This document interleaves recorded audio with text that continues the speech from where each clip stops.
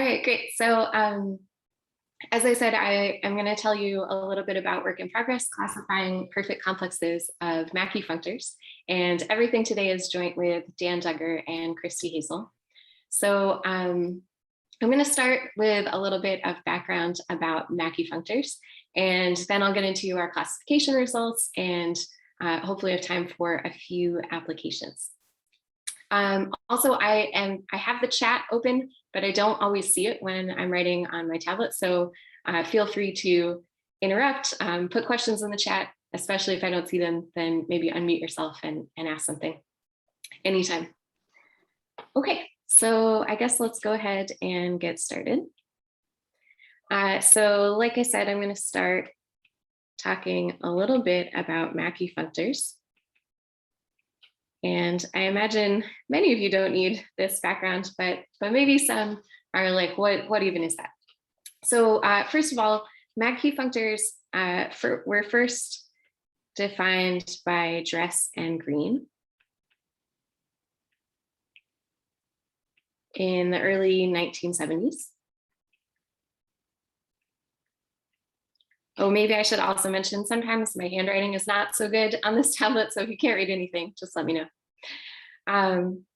But so the form of Mackey functors that we tend to work with is due to Dress and Green, and they show up in all sorts of places in mathematics, sometimes in some surprising ways. So they turn out to be important in algebra, for example, for Alperen's conjecture. So this is a conjecture in modular representation theory.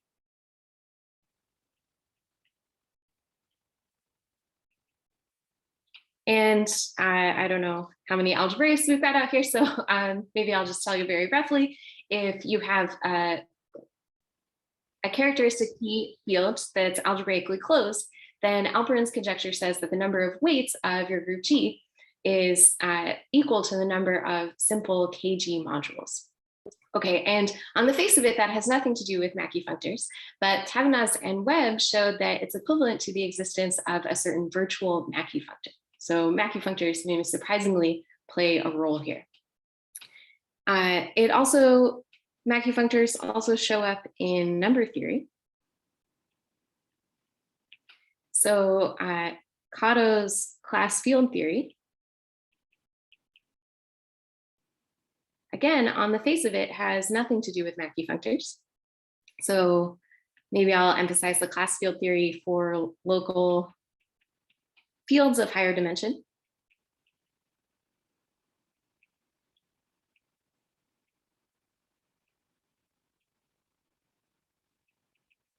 And Cotto's work didn't explicitly involve any Mackey functors, but the proofs were simplified later by Fushenko by replacing certain groups with Mackey functors. Turns out they actually had that Mackey functor structure.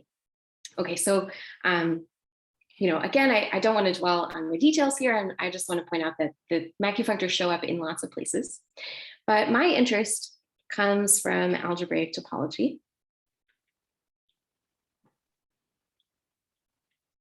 And especially Mackey functors show up a lot in equivariant homotopy theory.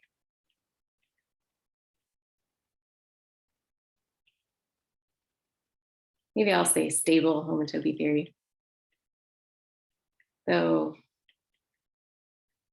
maybe they could come up anyway. So what do I mean by that? Well, traditionally, when we're studying algebraic topology, we've got things like homotopy and homology or cohomology groups.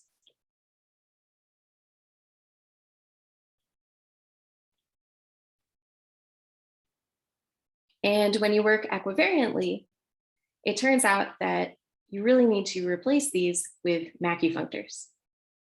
Wow, my handwriting is really bad today. I have to confess to you all that I'm not teaching this term, so I'm out of practice here. Okay, hopefully it's not too bad. Okay, so what even is a Mackey functor? You see them in lots of places, but I'll give you one definition just to kind of be a little bit precise. There are many equivalent definitions, so this may not be the one that you're familiar with if you've seen Mackey functors before. But one version, really just the quickest to write down, I think, is that a Mackey functor M is, well, it's really two functors. So there's a covariant and a contravariant functor. And these are functors from the orbit category of some group G to abelian groups. So the orbit category here is the category of finite G sets. It's an additive category of finite G sets with disjoint union. And the morphisms are equivariant maps. And so I've got this pair of functors from this orbit category to abelian groups such that I have some properties. So the first is that these pair of functors agree on objects. So the covariant, the contravariant, if I evaluate on some G set, I get the same thing. And so I tend to not even write the star and just write that with an underline, MT. Okay, and we also need that the contravariant functor is product preserving.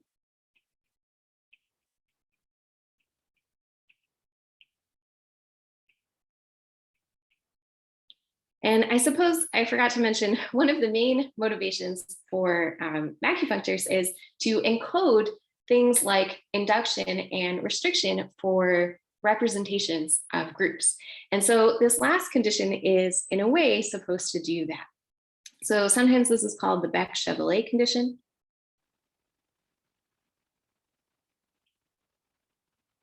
Or I like the name Pushpull.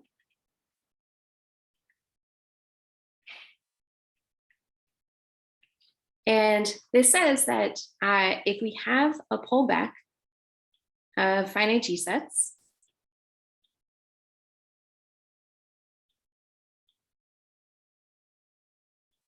so here this is a pullback, and I'm going to go ahead and name these maps since I'll need them.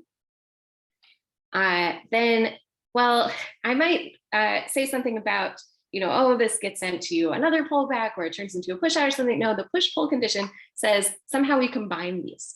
So I want to apply my Mackey functor to each of my finite G sets.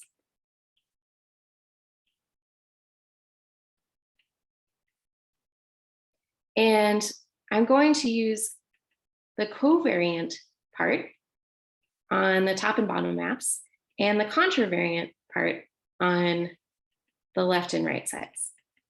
Okay, so this diagram is supposed to commute, and this is sort of like the push forward and the pullback all mixed together. So this is my push-pull condition. And it turns out that maybe you've seen an equivalent definition involving the double coset formula. This condition encodes that double coset formula, which we also see for induction and restriction of representations. And in fact, in that vein, when we take a contravariant map, so F upper star, this is often called a restriction, and F lower star, the covariant version, I tend to call the transfer. Okay, so maybe a good check is our first example of a Mackey functor is the representation ring Mackey functor.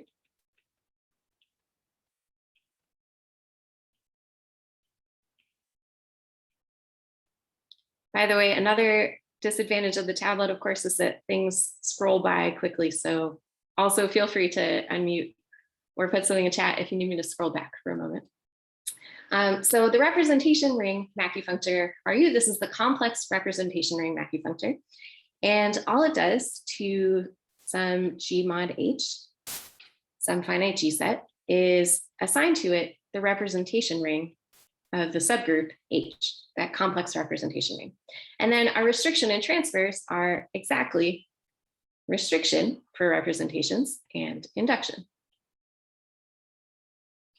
Okay, so this really is somehow encoding this fact about representations, or generally the arithmetic of representations, but also maybe works in some more general settings. Okay, So that's a very brief introduction to Mackey functors and their background, but now I want to really dive into the classification results and get a little bit more precise and look at Z mod 2 Mackey functors.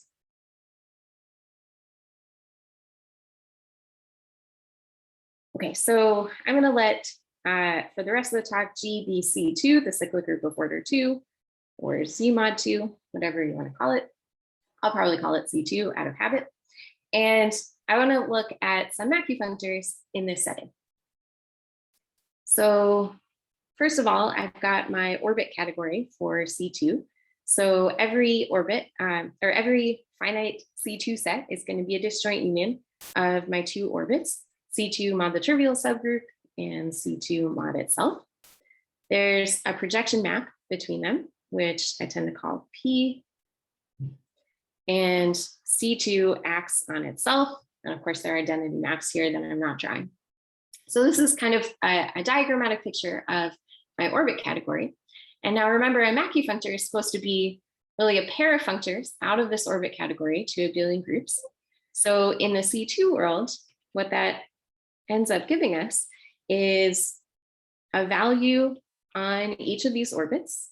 So there's some value M of C2 mod C2, a value M of C2 mod E. And I should get a contravariant map, P upper star, and also a covariant map, P lower star, right? My restriction and transfer. And then it turns out that our conditions are going to force the upper star and lower star version of T to be the same. So I'm just going to call that T, our twist. Okay, so I've drawn this diagram to sort of encode this Mackey functor, and there are some relations, but I just want to mention, if you've seen some of this stuff before, I'm drawing the Lewis diagram here. So what are the relations? Well, first of all, I have a contravariant and a covariant functor. So for example, if I do T after P upper star, that should be P upper star, and that's just coming from the fact that if I do the twist and then P, that's the same as P. I get a similar thing for the lower star version. Yep. For a second there, I thought maybe I'd drawn this backwards. I think it's okay. But in any case, so that's just coming from the fact that it's a functor. T squared should be the identity, because that happens in the orbit category. And then that push-pull formula, that Beck-Chevrolet condition, gives us one extra sort of strange relation. And it tells us how those contravariant parts fit together with the covariant parts. So in this setting, where we've got such a small group, we just get one extra condition, that P upper star after P lower star is the identity plus the twist. Okay, and then we have this example, which I've now just scrolled away from, our representation ring Mackey functor. So let's look at what that looks like here. Well, if I want to look at C2, complex C2 representations, there's the trivial representation and the sign representation. And in fact, the representation ring is just Z adjoin X mod X squared minus 1, where X is that sign representation, right? I tensor it with itself, and I get the trivial representation. Okay, on the bottom here, I'm supposed to have RU of the trivial subgroup, just representations on the trivial subgroup. So those are just determined by their dimension. So here I've just got Z. And the restriction is indeed restriction of representation, and the transfer, as we said before, is induction. Okay, and just to kind of get a feel for these weird relations, let's think about what these things actually do. So the trivial representation is one-dimensional, and the sign representation, well, if I forget about all the action, that's just a one complex dimension representation. So those both map to 1 under the restriction. And then the generator here, 1, well, if I take that and induce up, then I get the regular representation, so I'm going to get 1 plus X. And part of the reason I'm writing this all out is I just want to point out, if I do P upper star after P lower star, so if I take 1 and I send it up to 1 plus x, and then I map that back down, it's going to go to 2, and that's the identity plus twist here. So here, the C2 acts trivially on all of those representations. Okay, just trying to convince you that these relations are not so wild, but you don't need to worry about them too much in the details here. Let me give you another example of a source of Mackey functors. So we can take the fixed points Mackey functor for any KC2 module. So I have some vector space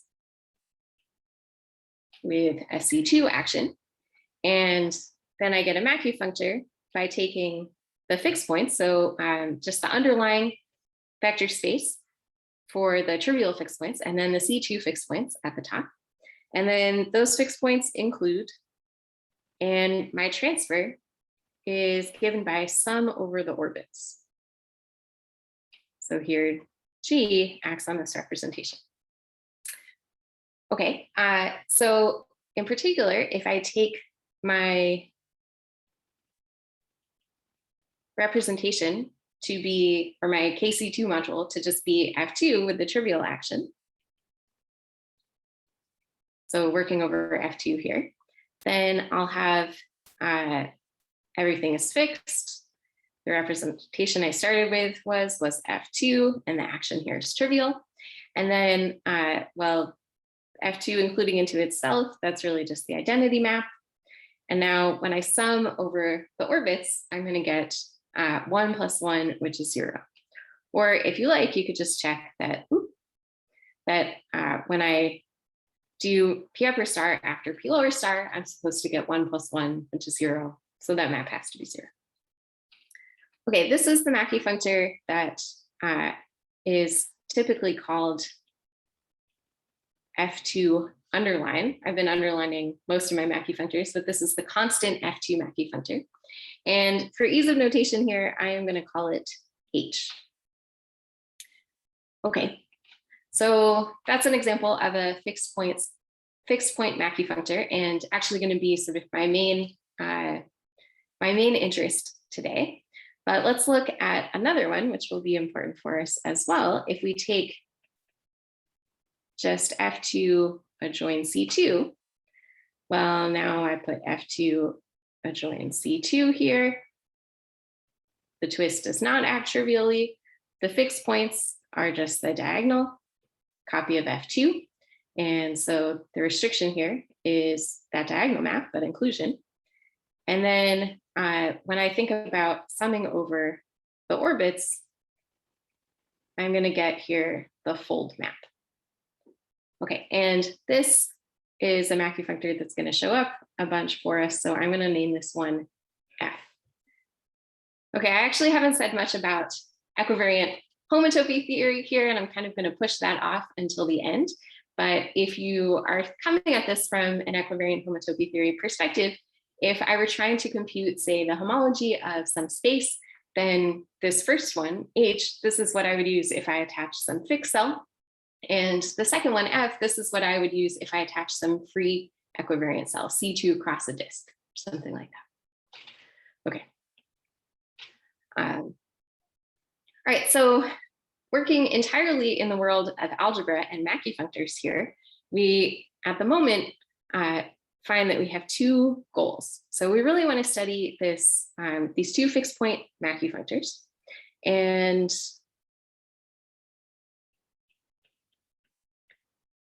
our first goal is to classify which Mackey functors are H modules. So again, H is that constant Mackey functor F2 underline. Okay, and we can talk about something being a module over this using the tensor structure here, which I haven't really mentioned, but it comes from the box product. So there's a way to multiply Mackey functors, and it's a little bit complicated, so I don't want to go into the details now. But in any case, I can talk about H modules and try to classify them.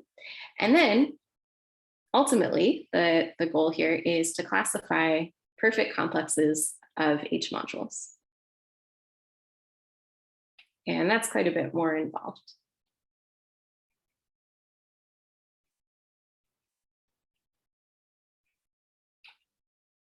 So we started doing a bunch of homological algebra with these Mackey functors, and we noticed pretty quickly that classifying H modules is not too bad. It turns out there are just 5 indecomposable H modules.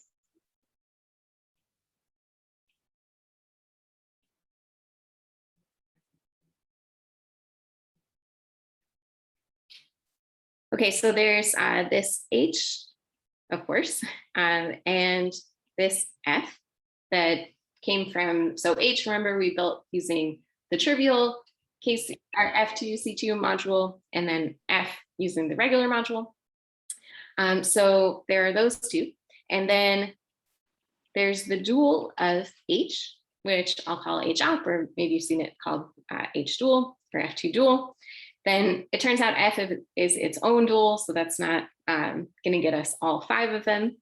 But you just write down what are the possible vector spaces you can have and maps, and you'll end up with 5 Mackey functors that are indecomposable. So in the interest of time, I'm not going to write out all of their Lewis diagrams, but that's maybe a fun little exercise if you haven't thought about this stuff before. It turns out these first 2 are projective, and the rest are not. So this gives us enough projectives, and we can start talking about perfect complexes of H modules using these. We can also start playing around with maps between these Mackey functors, and it turns out that there's a unique non-zero map from F to H, and there's a unique non-zero map back. And then the only non-identity non-zero maps on F are the twist and 1 plus the twist.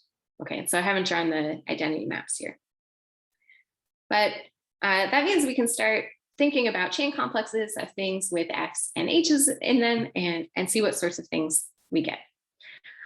So maybe I should just specify here that what I mean by perfect.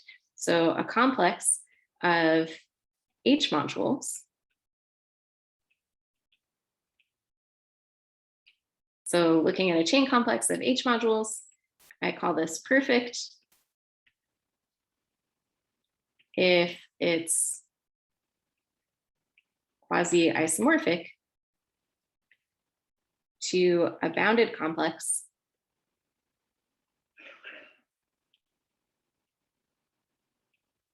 with finitely many F's and H's as summands.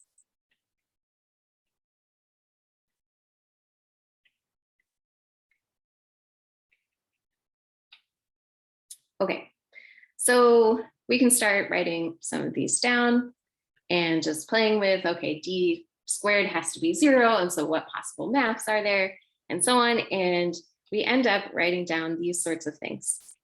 So one looks like you could have a bunch of F's mapped to each other. Of course, you could have a single F or a single H, but then you could have a bunch of F's mapped to each other. And if you have 1 or twist here, then that's going to be an isomorphism. So that's not going to make a very long chain complex. But we can put 1 plus twist here, and that squares to be 0. So we can repeat that and make a long chain of these.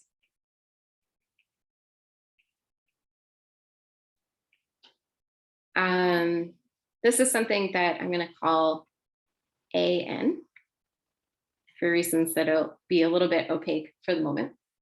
But anyway, we can write down a complex as long as we want with a string of a bunch of F's. And we can also involve an H.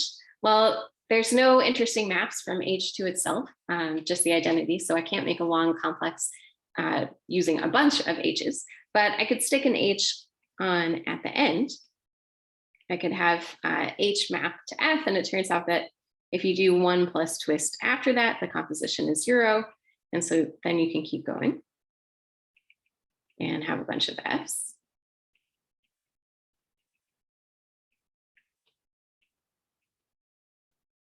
I'm going to call that H of minus N.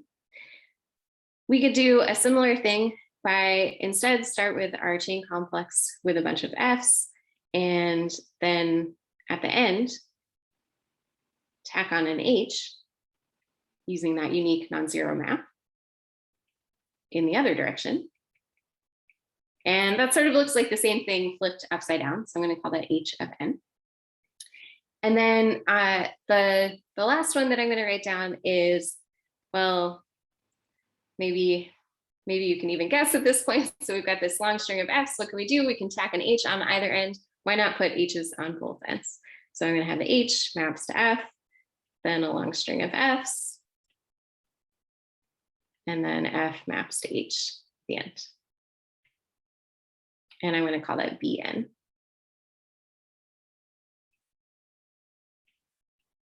Okay, and I saw a question in the chat. Is the n in H of minus n the number of f's appearing or the total number of terms? So that's a good question. I need to think about it. I think that the way that we set this up is that here this is in degree n and this is in degree 0. So I guess there's really n plus 1 f's there. So it's really telling me about the degree of the top f. But when I look at H of minus n, then that really is the number of f's. So yeah, it's a little bit funky because, you know, I'm drawing these all next to each other, but really I'm setting this up for equivariant homotopy theory purposes and not for chain complex purposes. So when I look at H of n, I'm really stringing this now. I've really taken this whole thing and flipped it over. And so it goes from degree 0 to minus n. So anyway, kind of silly, but yes, as Paul said in the chat, for H of minus n, it really is the number of f's.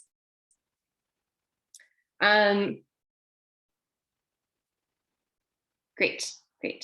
Okay, so all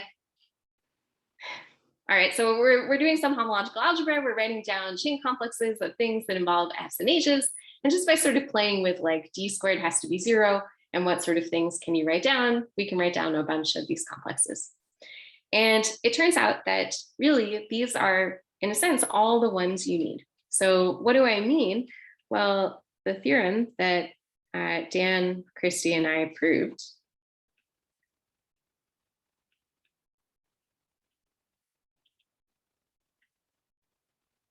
and as I said before, this is work in progress, is that any perfect complex is quasi-isomorphic to a direct sum of shifts, right? I can always suspend these, of just these 4 fundamental complexes.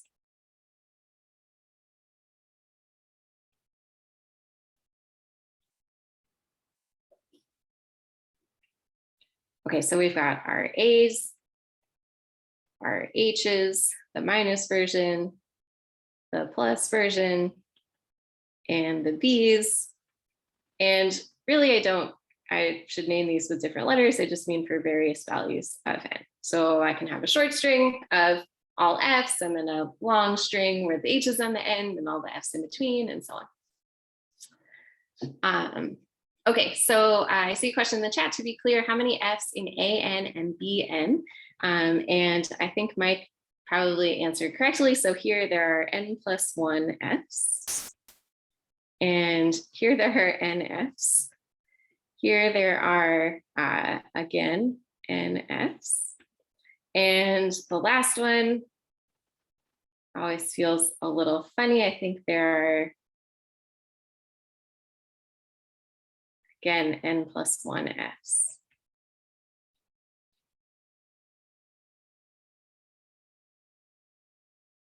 Okay, so the thing is to have this last kind where I start with an H and end with an H, I need an F in the middle to get this sort of interesting complex. I'll say something more about, if I just had H to H, so of course then the map is the identity. But so I need at least one F in the middle, and I think that we actually call that B0. So it's a little bit awkward. Okay, yes, and Christy, it is chiming in. Yes, that's right. B0 should have 1 F. Cool. Okay, good. Excellent.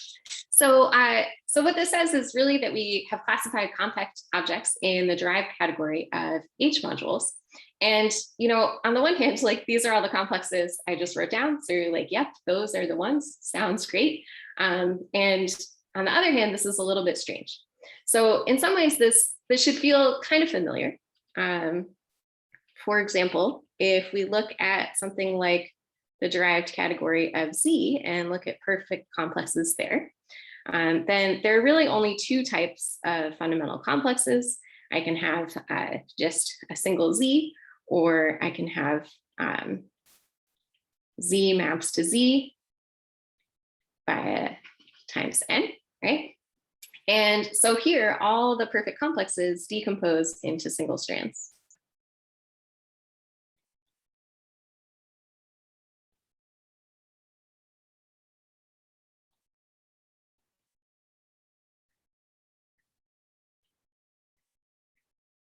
Okay, so yeah, we write down the H's and the F's and the mass between them. We try to get D squared to be 0, and those are all the things.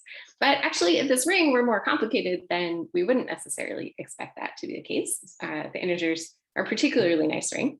And even in the equivariant world, that's not always true. So we looked at our group being C3, the cyclic group of order 3.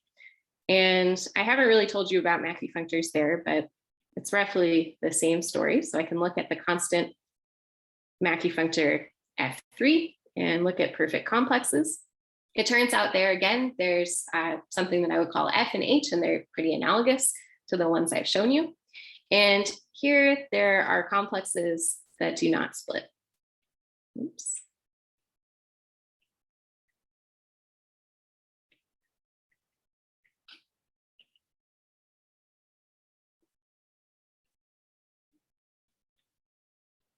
Into this thing that I'm calling single strands. So I mean, have a single summand at each spot.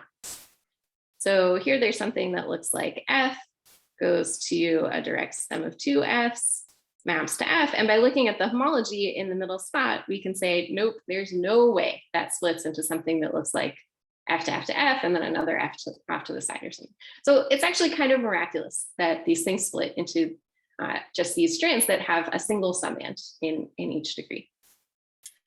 Okay, so that's our classification of perfect complexes, really where we do this up to quasi-isomorphism, but we actually prove a stronger result.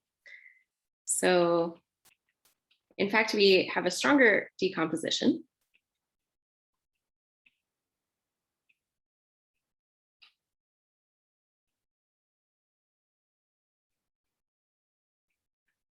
And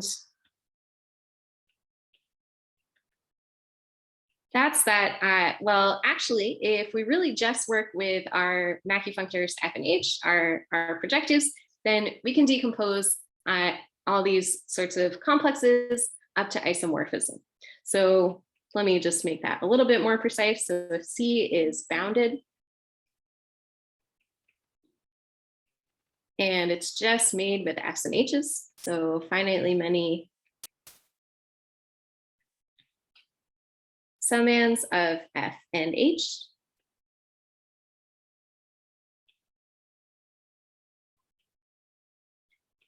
Then actually our chain complex is isomorphic, not just quasi-isomorphic, but isomorphic to a direct sum of shifts. Whoops.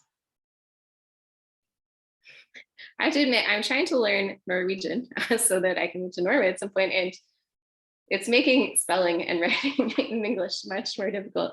So thank you for bearing with me. Okay, so what am I trying to say? So I've got this bounded complex, it's got a bunch of F's and H's, big direct sum all over the place, but then we can actually decompose it up to isomorphism into these sorts of things. So of course we need our fundamental complexes, our A's, our H's, and our B's. But then there could be little contractible pieces. So I could have F maps to F via the identity. That's isomorphic to having it map to itself if I have a twist. So I don't really need that one. and then H maps to H by the identity. Okay, so up to isomorphism, those really are all of the sorts of things that can happen after, say, a change of basis. Let me see, I'm just trying to decide how much time I have here. So I think I'm gonna give a very, very brief overview of the proof. But the proof idea is to actually give an algorithm to deconstruct one of these complexes with F's and H's. So we induct and build a change of basis algorithm.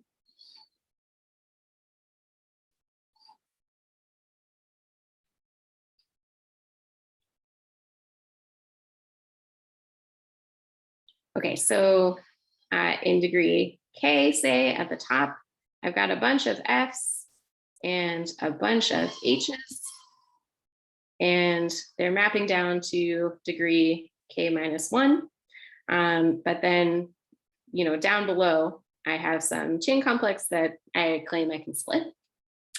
And maybe in the interest of time, I don't want to write out all of the details here. So I'm just going to write the first step and then kind of say out loud the next ones. But these little contractible pieces, those are pretty easy. Basically find those, split those off, no big deal. Okay, so now you've got something that doesn't have any of these contractible pieces, and we want to make sure that the rest splits into A's, H's, and B's.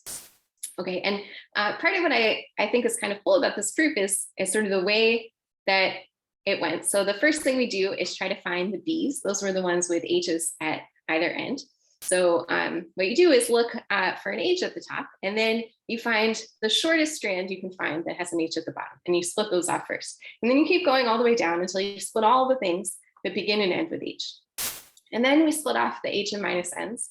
Those ones, again, had an H at the top, but now they have an F at the bottom.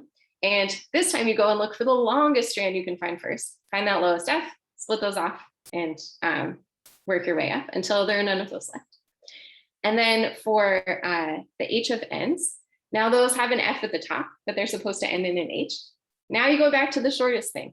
So you find the shortest little one, split that off, the next one, the next one. And then finally, everything is just all F's. And that's what the A's looked like, all F's. And so you just split those. Well, I think we split those longest strands first, but I don't think that part's so bad. So maybe I'll just say ... sorry. But the reason I'm kind of rushing by the proof a little bit is that I really want to talk about some of the applications. So as of right now, you know, this is all just telling us about this derived category of Mackey functors. But we can use this to say some pretty neat things. So the first is that this actually allows us to compute the Balmer spectrum, or the tensor triangular spectrum, for this derived category of H and the perfect complexes or compact objects in this category. And what we find is that the Balmer spectrum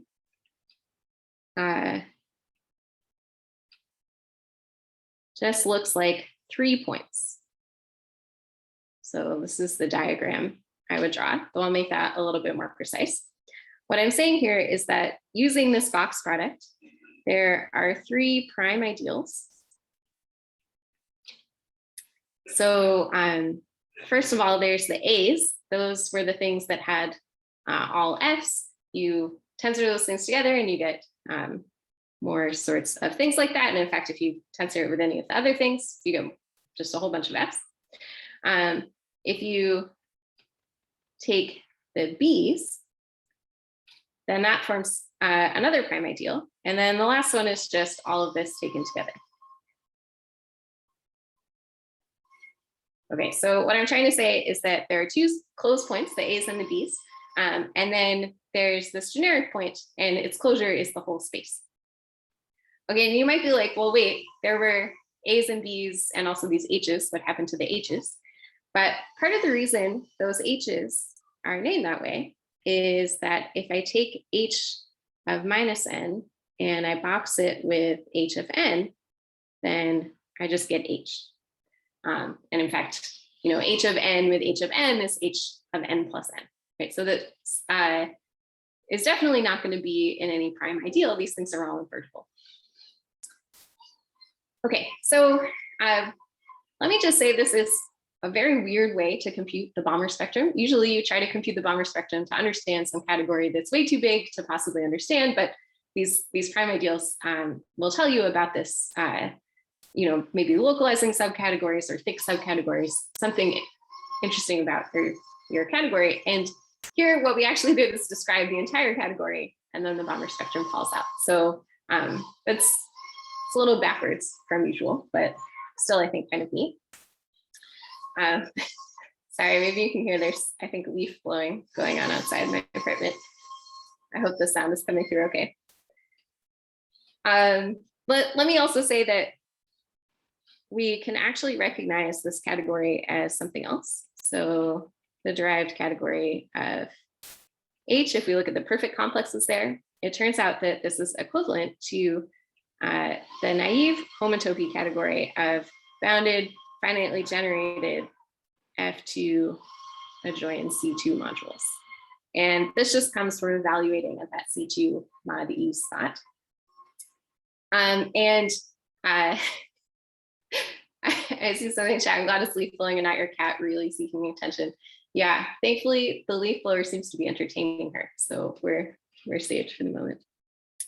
But part of the reason I bring this up is, for one, this is a familiar category, but also the Balmer spectrum here on the right-hand side was actually already computed independently. Maybe already isn't the right word, kind of at the same time, I think. This was computed independently by, oh my gosh, I can't write. Computed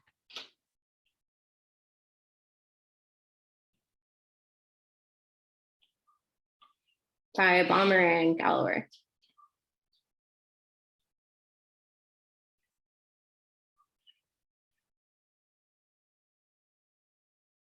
And this is in 2019. They beat us to the archive, I have to say. I think I'm the one holding up our current paper, but hopefully it'll be on the archive soon. But I say soon in like pandemic time. I've lost all sense of time here, so. But we're really just like dotting our I's and crossing our T's. So anyway, this is cool. This agrees with some known results about the Balmer spectrum here, and hopefully can lead to some computations of the Balmer spectrum in other settings. Really the motivation for this work is this last application, and that's that by classifying these perfect complexes, we actually classify finite modules over the Eilenberg MacLane spectrum HF2 underline. So this is why we name that that Mackey functor H, because it has to do with this Eilenberg MacLane spectrum. And this is in equivariant homotopy theory. So far, everything I've talked about really lives in algebra. But the motivation was to send this over to equivariant homotopy theory and describe all finite HF2 underline modules. Missing a word there, sorry. Okay, so how can we even transport this information over? Well, we use this theorem of Schwede and Shipley.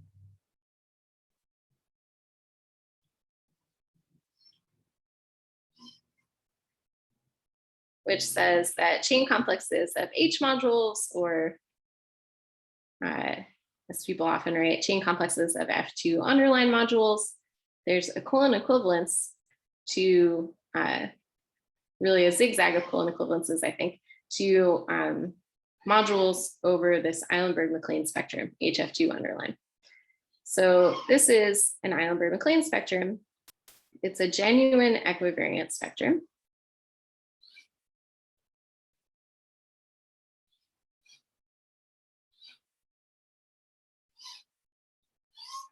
And it's this Eilenberg MacLane spectrum representing cohomology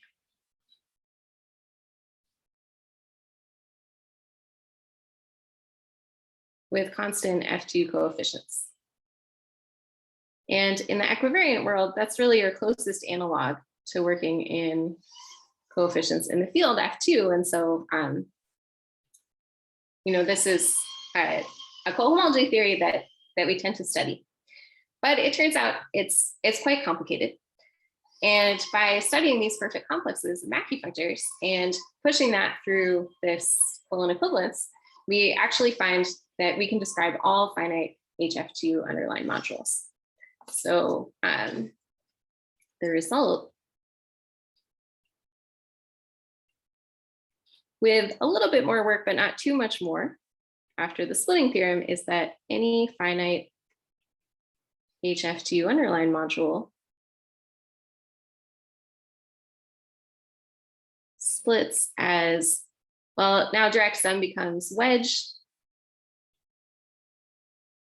and shift becomes suspension, and maybe suspension by representation spheres. But essentially that the fundamental objects here are the Eilenberg MacLane spectrum itself, antipodal spheres smashed with the Eilenberg MacLane spectrum. And the last thing we need, which is a little bit surprising, is co-fibers of powers of tau. So tau here is an element in the homotopy. Oh, now my cat is like, the leaf blower is not exciting enough. You can't see her, but she's come to make trouble. I just need a few more minutes, kitty. Okay, so sorry, tau is something in the homotopy of this Eilenberg MacLane spectrum. And so we can take its cofiber and HF2 modules and cofibers of powers of it, and that's this last thing. And you might be looking at this and saying, well, wait a second, you said that there were 4 types of fundamental complexes in this decomposition for perfect complexes, but now here there are only 3 types of things. So I'll just end by sort of telling you how these compare. So these A's, you might remember these had a bunch of F's. We're going to be kind of fast about this, but these had a bunch of F's, and I said that corresponded to attaching a free cell, and that's exactly how you would build your antipodal sphere. That's got a free action. Okay, so that's how we get those antipodal spheres smashed with the Eilenberg MacLane spectrum. If I take one of these HNs that had a bunch of F's, now I think I've actually told you this in the opposite order, but that had an H at the bottom. And that is partly named because of its box product structure, but also because that maps over to the representation sphere S0n smashed with HF2 underline. I've really got to end soon for my cat's sake. She needs to play. I flip that upside down, I get H of minus n. That had an H at the top and then a bunch of F's, and that's going to correspond to its dual S0 minus n. And finally, the V's, those were H with a bunch of F's in the middle, and then H's on either end. And those are the things that are cofibers of powers of tau. And let me just say that, these H's, they really are just representation spheres smashed with our Eilenberg MacLane spectrum. So, in words, I would just say, oh yeah, those are suspensions of the Eilenberg MacLane spectrum. And so they kind of collapse into the same thing. So really, I've just got Eilenberg MacLane spectrum with some suspensions, antipodal spheres smashed with it, and cofibers of powers of tau. And part of the motivation for this work was that in my thesis, I showed if you take some C2 CW spectrum and smash it with HF2 underline, well, then you really only get these sorts of things. And so what's new showing up here from our perfect complex perspective is these cofibers of powers of tau, which I think is kind of neat. I can't tell I don't know exactly when we started and how much time we have left, but and my cat really needs me to end. She's now going nuts all over the floor. But I just want to say one more thing, which I noticed recently, which I think is kind of cool, because I think this looks like sort of strange. You know, these three objects, you know, these are things smashed with the Eilenberg MacLane spectrum. This is this whole new thing. It seems a little weird, but we can actually recognize this as desuspensions of cofibers of powers of rho. And so in a sense, this says you need your unit, HF2 underline, cofibers of this element rho in the homotopy of that Eilenberg MacLane spectrum, and cofibers of powers of tau, this other element in the Eilenberg MacLane spectrum. And I think that maybe has some hope of generalizing to other situations. Okay, thank you so much for your attention. I will stop there. All right, let's thank the speaker now for this wonderful presentation. We can all unmute ourselves and clap maybe.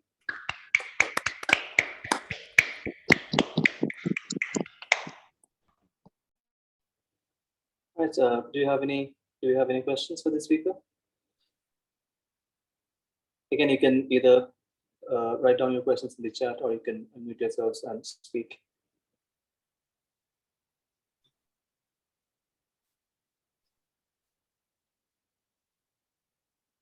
I see a question in chat. Are the decompositions in the theorems unique?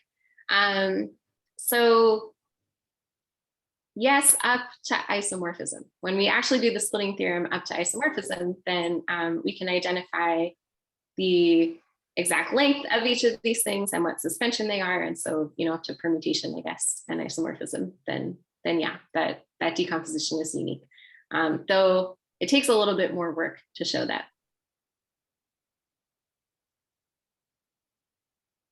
Yeah, thank you. Thanks for that question, and yeah, thanks for the answer. Do we have any more questions for Clover?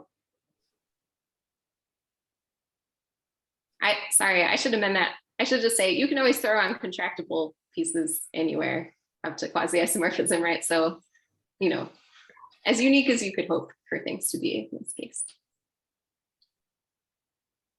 I see a question in the chat. I guess the Kroll-Schmidt theorem holds in there actually, right? And I don't remember at the moment what the Kroll-Schmidt theorem is. Maybe you can say more.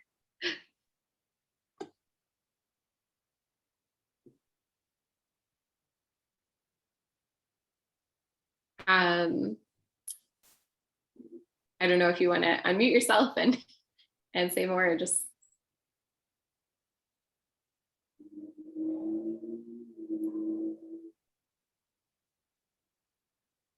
I also can't see everyone, so I can't tell what's happening.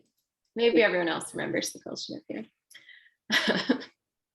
I see a bunch of other questions in the chat. So can we say anything about non-finite modules? Yeah, actually, we can do a classification for bounded below perfect complexes. So that's kind of nice. And we've got the Balmer spectrum there as well. And I think that should tell us something about connective HF2 underline modules, but I actually haven't thought about that step yet. But yeah. I see another question in the chat. How well do you expect this to generalize to cyclic 2 groups? That's a great question. And I don't really know. I think something is particularly nice about working C2 that, you know, as soon as you add some other elements in there, things can get quite a bit more complicated. But there's a hope that we might at least be able to describe the perfect complexes, or if not, compute the Balmer spectrum using other techniques, something like that. But I don't know immediately. Yeah, it's a great question. Okay, I see another, I think, comment.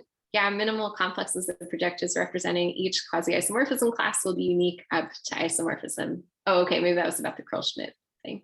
Yes. Ravi asks, what's the next classification you'd like to make using the tools developed for classifying these perfect chain complexes? So honestly, we'd really like to do the odd prime version. And I think that we had made some progress, but the fact that there are things that don't split into single strands made it significantly more complicated.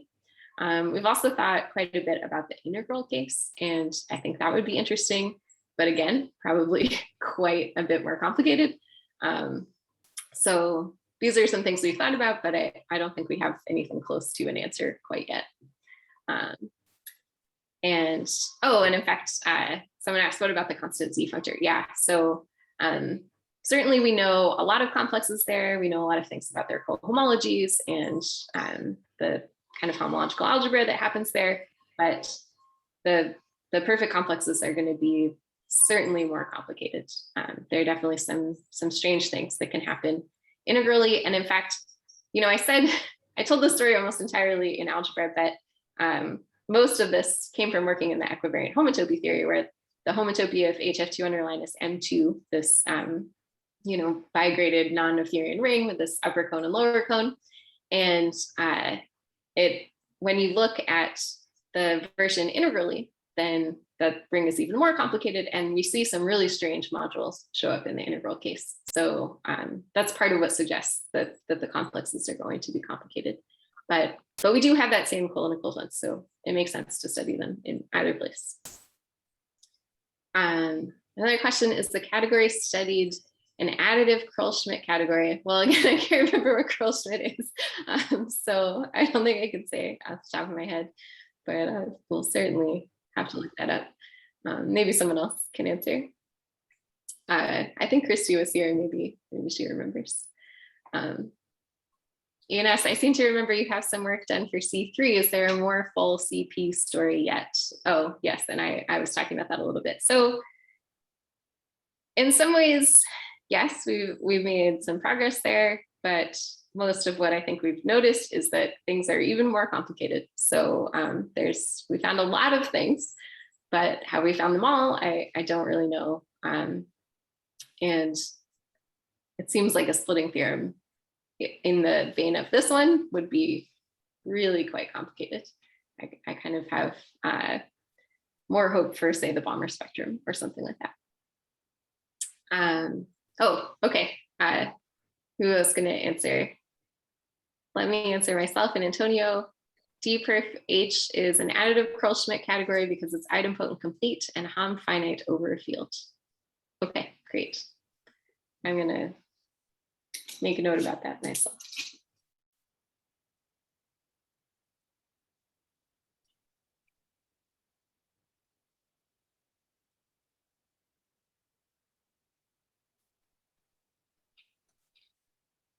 I'm sorry, my algebra is a little sloppy this morning.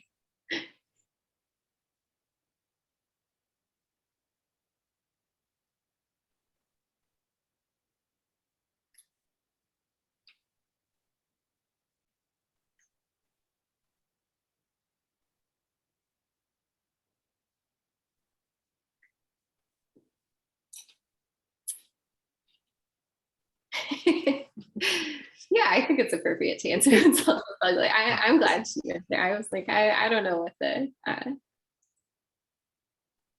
I didn't fully understand the question. Right,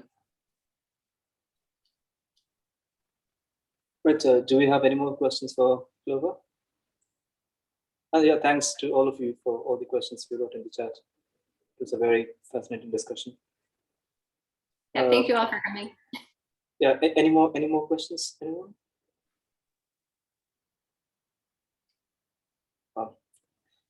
Yeah, let's thank Clover again for waking up so early and giving this great presentation.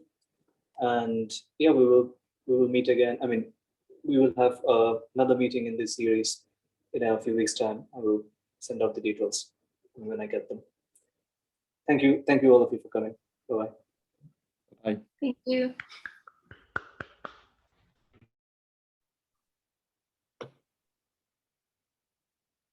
One more comment. Yeah, thanks all of you. Okay. I'll stop recording now. About time.